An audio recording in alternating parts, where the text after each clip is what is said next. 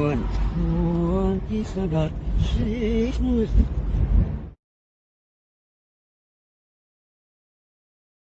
evening.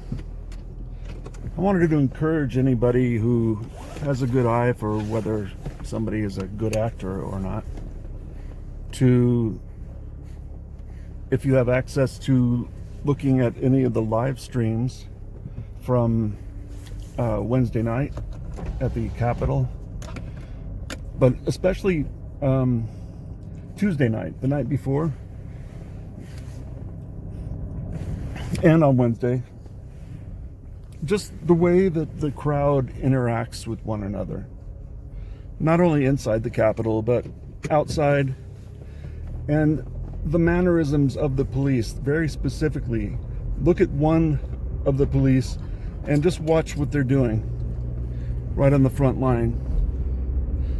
It looks like they're in a play, or they're acting. They don't seem like cops. They're not acting like cops. They're not organized in any way. And these are the Capitol cops. I mean, I would imagine that these guys have to be at the top of the food chain to be responsible for such a important location. But they're acting like bumbling, like it just doesn't look like they're even real cops. I don't know. Not all of them, but I mean, a fair portion of them just don't. They look around like they don't know what they're doing, and they break formation and go out into the crowd by themselves. They turn around and turn their back to the crowd while they're out in it, while they're out battling the crowd. I mean, it's just. It seems to me like actors would behave if they were pretending to be police. It would be interesting to know whether a lot of cops were told to take the night off. I mean, I know that's a really big kind of a conspiracy theory thing to say that maybe all the cops were actors. I don't think that. But at the same time, they were certainly told to stand down, especially inside. But I'm talking about, even though they were battling it out on the front line, in the end, they were to let people through when they overwhelmed them. It looked to be planned, because they just didn't have, not only did they not have the resources, but they didn't use as much firepower as they could have, as far as like pepper spray gas and pepper balls. They could have gunned down the crowd a lot more if they were going to breach.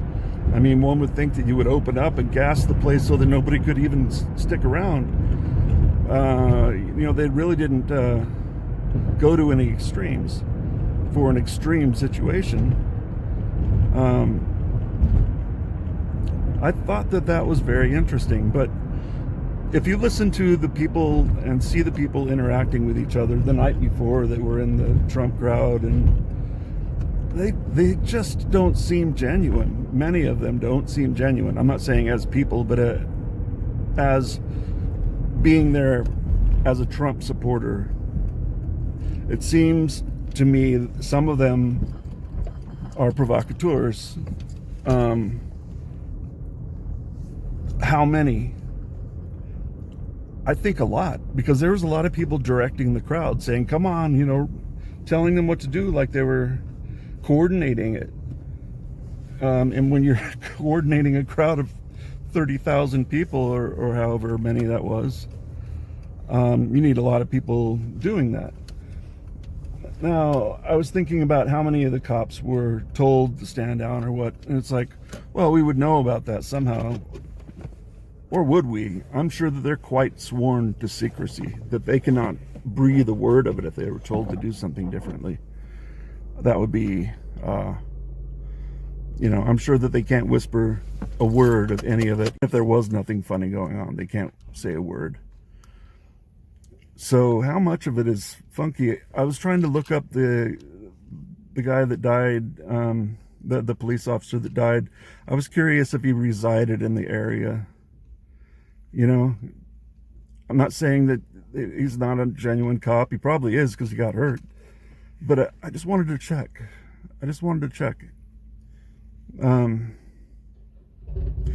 I have so many questions on this.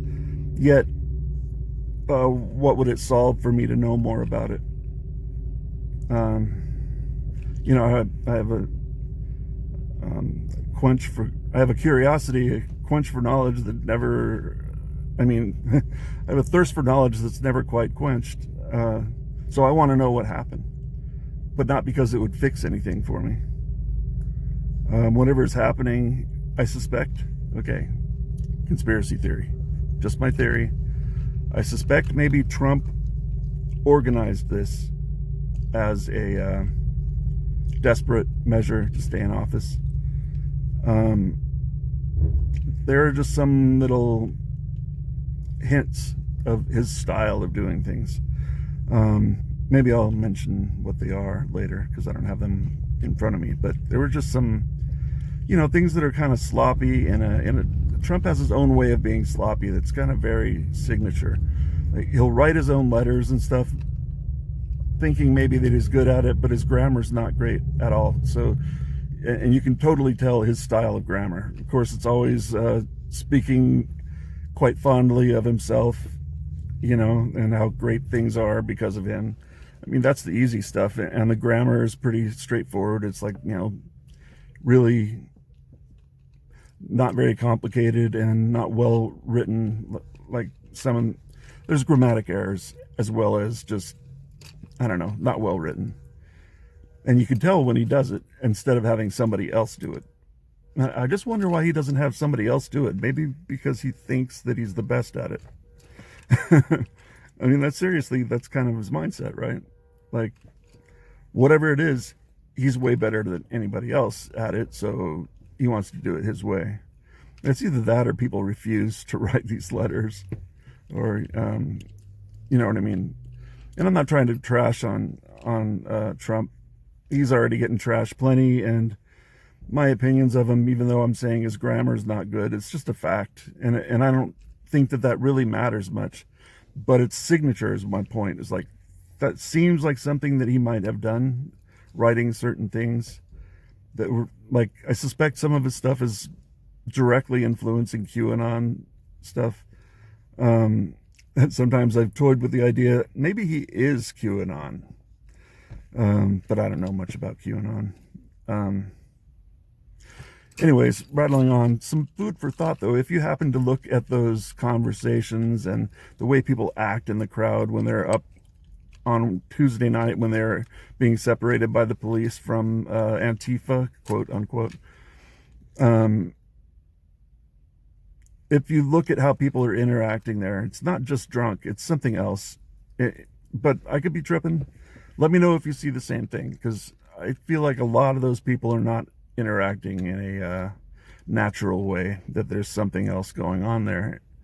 And I felt like that before any of this happened on Tuesday night. I was kind of like, that person seems really weird, like they don't belong, like they're agent provocateur, plant of some sort. Really hostile dude. I heard his voice on Wednesday because he's just really obnoxious, and you can tell his voice. Anyway, I'm obnoxious now, so I'm going to stop. Take care. I'm probably going to go to jail. They're terrorists! Tomorrow, we need to go into the Capitol. Into the Capitol. Into the Capitol. Into the Capitol. Peaceful.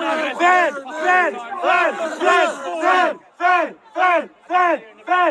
Peacefully. We are freedom. We are peaceful. Shut the fuck up. That's what it's about. It's not about hurting people. You're gonna storm the Capitol? You're fucking retard. You're fucking retard. You're not gonna storm the Capitol. You're not gonna do shit, Boomer.